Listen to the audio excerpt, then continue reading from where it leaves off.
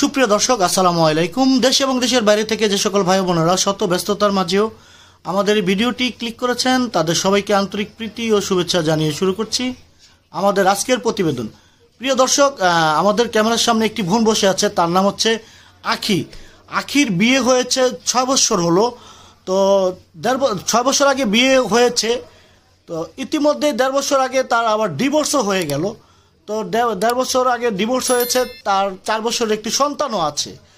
তো আমরা আখির সেই জীবনের কথাগুলো তুলে ধরার চেষ্টা করব, কী জন্য ডিভোর্স হয়েছে বা আখির বাচ্চাটি এখন কোথায় আছে, কার কাছে আছে, আখির ভবিষ্যৎ পরিকল্পনা কি, সেগুলো নিয়ে আজ আমরা আলোচনা করব। দর্শক, আমাদের সঙ্গেই থাকুন। জোরে বলবেন, আপনার পুরো নামটা কি? আমার নাম শুধু আখি। শুধুই আখি? হ্যাঁ। আচ্ছা, ঠিক আছে। তো আপনার ভাই বোন কজন? আমরা হ্যাঁ, 6 বোন। 6টি বোন, কোনো ভাই নাই? না। আচ্ছা, আলহামদুলিল্লাহ। তো আপনার এই 6টি বোনের কথা বলতে আপনার লেট হলে কেন? আঁকি, আপনার কোনো সমস্যা আছে? না। তো কথাগুলো তাড়াহুড়া করে বলবেন, ঠিক আছে?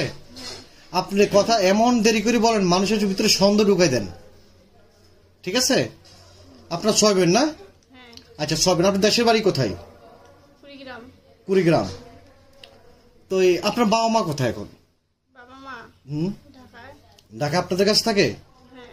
আপনার 6 বোনেতে কত নম্বর সন্তান? আমি 2 নম্বর। 2 নম্বর সন্তান। হ্যাঁ। আচ্ছা, আপনার বড় বোন একটা আছে? হ্যাঁ। আচ্ছা আচ্ছা আচ্ছা।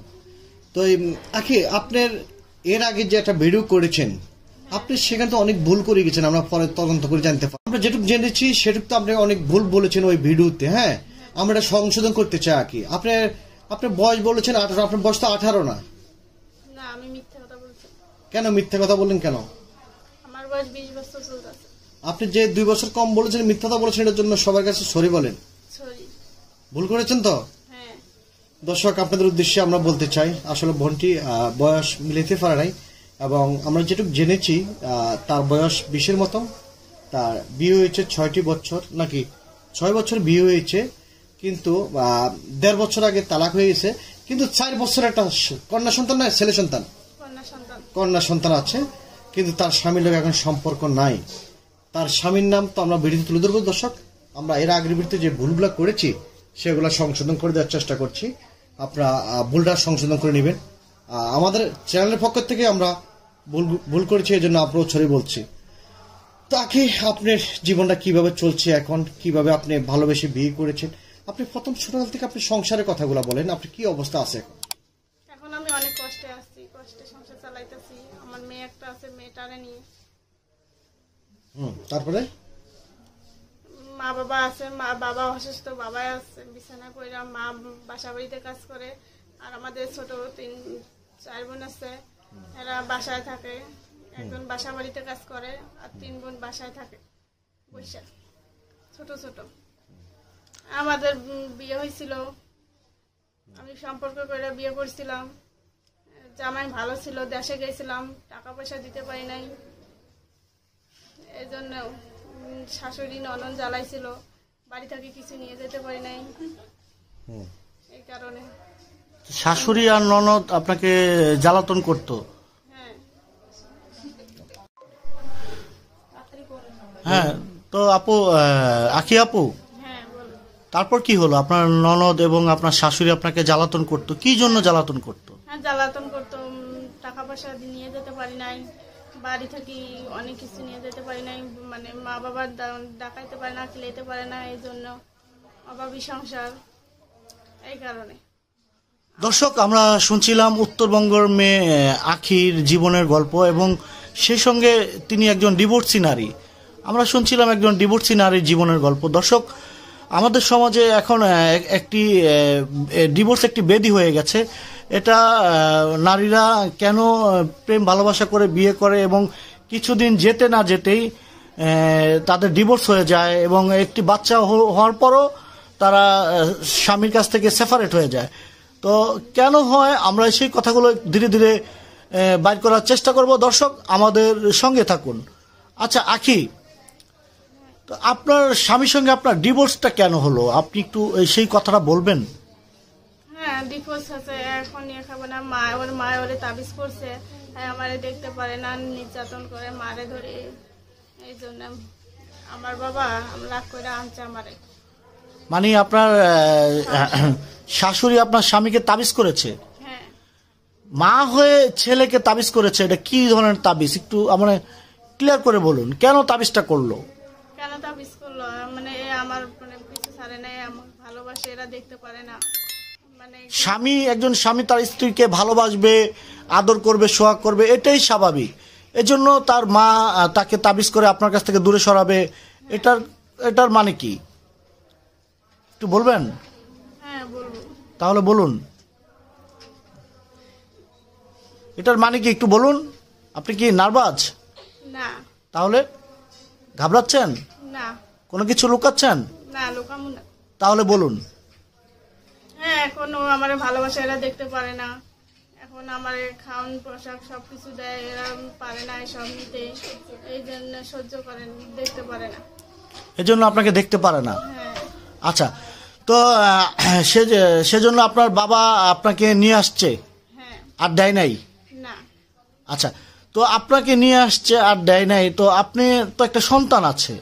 হ্যাঁ সন্তান আছে, সন্তানের তো দেখতে পারে না। সন্তানের জন্য আপনার মায়া লাগে না? হ্যাঁ। যখন আপনার বাবা আপনাকে নিয়ে আসছে, আপনাকে আর দিবে না, যখন এই কথাটা বলেছে, তখন তো আপনার ভূমিকাটা কি ছিল? আপনার সন্তান রেখে আপনি আসবেন, আপনার ডিসিশন কি ছিল? হ্যাঁ ডিসিশন ছিল মানে আমার যেহেতু জামাই যেখানে অনেকদিন সংসার করছি, ভালো ছিল, পরে তাবিজ করছে, হ্যাঁ তো আমার দেখতে পারে না, মারধর করে, নির্যাতন করে, কোনো কিছু দেয় না, খাইতে দেয় না, পোশাক আশাক দেয় না, তেল সাবান, এই কারণে আমি আমার পথ বেছে নিতে আইছি এখন ঢাকায়। পরে আপনি বাধ্য হয়ে আপনি আপনার স্বামীকে ডিভোর্স দিয়েছেন? হ্যাঁ। আচ্ছা, ডিভোর্স পেপার কে পাঠিয়েছে, আপনি না আপনার স্বামী পাঠিয়েছে, কোনটা? কে পাঠিয়েছে? দুই পক্ষে। দুই পক্ষেই? হ্যাঁ। আচ্ছা, তো দুই পক্ষের সম্মতি ছিল বিধায় ডিভোর্সটা হয়েছে। হ্যাঁ। আচ্ছা, এখন তো আপনি বিয়ে করলে আপনার স্বামী পাবেন, বা আপনার স্বামী বিয়ে করলে বউ পাবে। 4 বছরের বাচ্চাটা মা পাবে কোথায়, বাবা পাবে কোথায়? 4 বছর বাচ্চা তো আমার কাছে আছে। বাচ্চা আপনার কাছে আছে, বাচ্চা আপনি তো এভাবে সারা জীবন একা থাকবেন না, আপনার তো ভবিষ্যতে বিয়ে শাদী বসতে হবে। হ্যাঁ বুঝতে হবে, সেরকম আমার মেয়ে মাইয়া আছে, ভবিষ্যৎ তো আখি, আপনি আপনার ভবিষ্যতে এভাবে একা থাকতে পারবেন না, আপনার তো বিয়ে শাদী বসতে হবে। হ্যাঁ বসবো। তাহলে আপনার এই বাচ্চাটার কি হবে? আপনার যে 4 বছরের একটি মেয়ে আছে, কন্যা সন্তান, সে কি তার মাতৃ স্নেহ পাবে? হ্যাঁ অবশ্যই পাবে। কিভাবে পাবে? আপনাকে যে বিয়ে করবে সে কি আপনার মেয়েকে তার সন্তানের মতো লালন পালন করবে? হ্যাঁ যে দেখতে আমার মেয়েরে দেখবে, তার কাছে যাব। আচ্ছা, তার কাছে যাবেন। আপনার স্বামী তো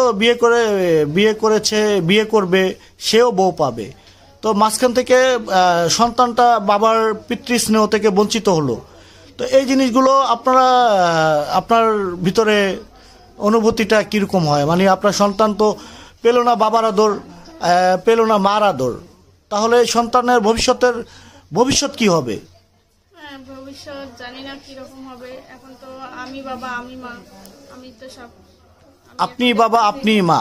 হ্যাঁ এ তো দেখে না, এখন ও তো দেখতে পারলে তো আর এইরকম হইতো না।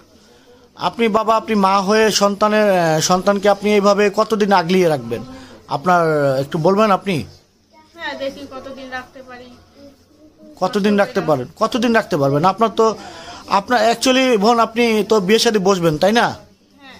আচ্ছা, তো বিয়ে শাদী কি আপনার বাবা মার ইচ্ছাতেই বসবেন, না আবার দ্বিতীয়বার প্রেম করে বিয়ে বসবেন? না এখন বাবা মার ইচ্ছাতে বিয়ে বসবো।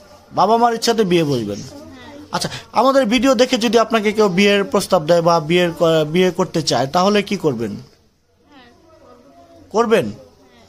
কিভাবে করবেন? আপনি না জেনে প্রথম তো প্রেম করে বিয়ে করে একটা সর্বনাশ হয়েছে আপনার, এখন আবার ভিডিও দেখে যদি বিয়ে বসে সেই সর্বনাশটা আবার দ্বিতীয়বার ডেকে আনেন আপনার জীবনে। না ভিডিওটা দেখাবো, আমার মা বাবা আছে, তাদের বিষয়ে কথা বলবো, তাদের নিয়ে। আপনার মা বাবা আছে, তাদের সঙ্গে কথা বলবে তারপরে। আচ্ছা, আপনি কি দেখে জেনে বুঝে বিয়ে বসবেন, নাকি না আপনার ফোনে বিয়ে বসবেন, কোনটা? দেখে শুনে। দেখে শুনে। আমাদের ভিডিওর মাধ্যমে তো অনেকে বিয়ের প্রস্তাব দিয়ে থাকবে, তো সেই ছেলের বয়স কিরকম হলে আপনি বিয়ে বসবেন? আপনার বয়স তো 20। হ্যাঁ, হ্যাঁ, তো আপনার সেই ছেলেটার বয়স কত হইতে হবে যে আপনাকে বিয়ে করবে বা দ্বিতীয়বার বিয়ে শাদী বসবেন? তার কাছে 25। হ্যাঁ। 25-এর বেশি হলে বসবেন না? আপনার 25 বছর 20 বছর এগুলা কোনো বয়স না। একটা মেয়ের সাথে মেয়ের বয়স যদি 20 বছর, একটা ছেলে বয়স 30-35 যাইতে পারে। হ্যাঁ, হ্যাঁ, 30-35 যাইতে পারে। আপনি একটা বিবাহিত মেয়ে, আপনি ইয়ং ছেলেকে চাচ্ছেন, এক বাচ্চার মা। 25 বছরের ছেলে তো একটা ইয়ং, হ্যাঁ। তো আপনি এক বাচ্চার মা হয়ে ইয়ং ছেলেকে চাচ্ছেন? হ্যাঁ, আপনি 30-35 বছর বয়সের ছেলেদেরকে বিয়ে করবেন না। কেন? আপনার বিয়ে শাদী হয়েছে না? হ্যাঁ, হচ্ছে, সমস্যা কি? তো আপনি কি 25 বছর ছেলেকে পাবেন? পাইতেও তো পারি। তাই হ্যাঁ। যাক, যদি আপনার পছন্দ হয় যে 30 বছর 35 বছর ছেলে, তখন আপনি কি করবেন কিনা? হ্যাঁ, বিয়ে করবো। করবেন? হ্যাঁ। আচ্ছা, তো আপনার মেয়েটা কি এখন আপনার কাছে নাকি আপনার স্বামীর কাছে? আমার কাছে। আপনার কাছে? আপনি রেখেছেন কেন? আমি রেখেছি, ও তো দেখতে পারে না। আমার মায়ের, ও যদি বিয়ে করে আমার মায়ের মেয়ে তো দেখতে পারবো না, সৎ মা।